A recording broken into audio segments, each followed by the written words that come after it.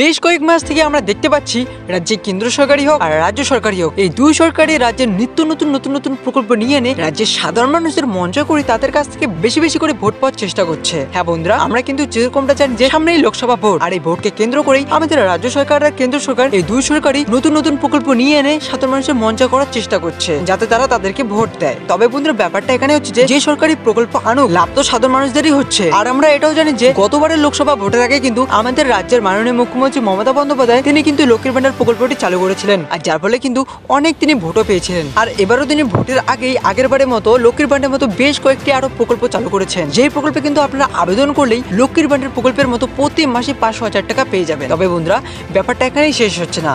এই প্রকল্পগুলির ব্যাপারে যারা যারা জানে তারা কিন্তু জানুয়ারি মাস থেকে এই প্রকল্পগুলি থেকে টাকা পাওয়া শুরু করে দিয়েছেন, আর যারা যারা এই প্রকল্পের বিষয়ে জানেন না তারা কিন্তু এই প্রকল্পের টাকাগুলি থেকে বঞ্চিত হচ্ছে। হ্যাঁ বন্ধুরা, যারা যারা এখনো পর্যন্ত এই প্রকল্পগুলির ব্যাপারে জানেন না তাদের জন্য কিন্তু আজকের এই ভিডিওটা। আপনারা যদি আজকের ভিডিওটা সম্পূর্ণ দেখেন তাহলে কিন্তু আপনারা বুঝে যাবেন যে আমাদের মাননীয় মুখ্যমন্ত্রী মমতা বন্দ্যোপাধ্যায় কি কি আরো নতুন নতুন প্রকল্প চালু করেছেন লক্ষ্মীর ভান্ডারের মতো, আর সেই প্রকল্পে আপনারা কিভাবে আবেদন করবেন, আর কি কি ডকুমেন্ট লাগবে আবেদন করতে, কোথায় গিয়ে আবেদনপত্র জমা দিতে হবে, এই সমস্ত কিছু আজকের ভিডিওতে আমরা জানতে চলেছি। তো কিন্তু অবশ্যই বন্ধুরা, ভিডিওটি একটু স্কিপ না করে সম্পূর্ণ দেখবেন। আর আপনারা যদি আমাদের চ্যানেলে নতুন হয়ে থাকেন তাহলে কিন্তু অবশ্যই নিচে থাকা লাল রঙের সাবস্ক্রাইব বাটনটা প্রেস করে রেখে দেবেন।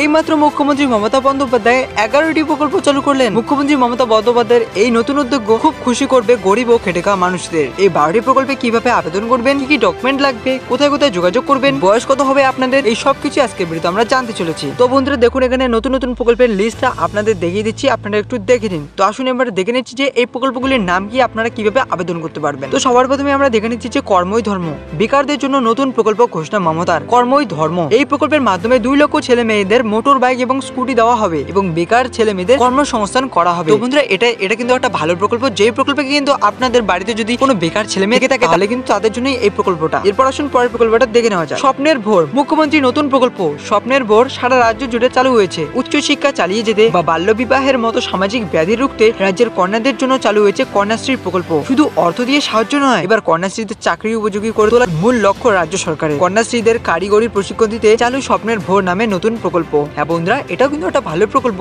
এটা শুধুমাত্র মেয়েদের জন্য। এরপর আসুন পরের প্রকল্পটা দেখে নিচ্ছি। যুবশ্রী অর্পণ, পশ্চিমবঙ্গের বেকার যুবকদের স্বনির্ভর করার লক্ষ্যে এই নতুন স্বনিযুক্তি প্রকল্প যুবশ্রী অর্পণ, যা চালু হলো রাজ্য জুড়ে। এই প্রকল্পে যুবক যুবতীরা স্বনির্ভর হওয়ার জন্য ব্যবসা করতে চাইলে রাজ্য সরকার 1 লক্ষ টাকা সহায়তা করবে। এই প্রকল্পে প্রয়োজনীয়তা কাজকর্ম এবং আর্থিক সহায়তা করা হবে ক্ষুদ্র এবং মাঝারি শিল্প দপ্তর থেকে। এরপর আসুন এর আবেদনের শর্তটা আমরা দেখে নিচ্ছি যে যুবক যুবতীকে পশ্চিমবঙ্গের বাসিন্দা হতে হবে, যুবক যুবতীর 18 থেকে 45 বছরের মধ্যে থাকতে হবে, আর এমপ্লয়েন্ট ব্যাংক এ নামে নথিভুক্ত থাকলে এই প্রকল্প থেকে অগ্রাধিকার পাবেন। রাজ্যের যুবক যুবতীদের মাথাপিছু 1 লক্ষ টাকা পর্যন্ত সাহায্য দেওয়া হয়ে থাকে।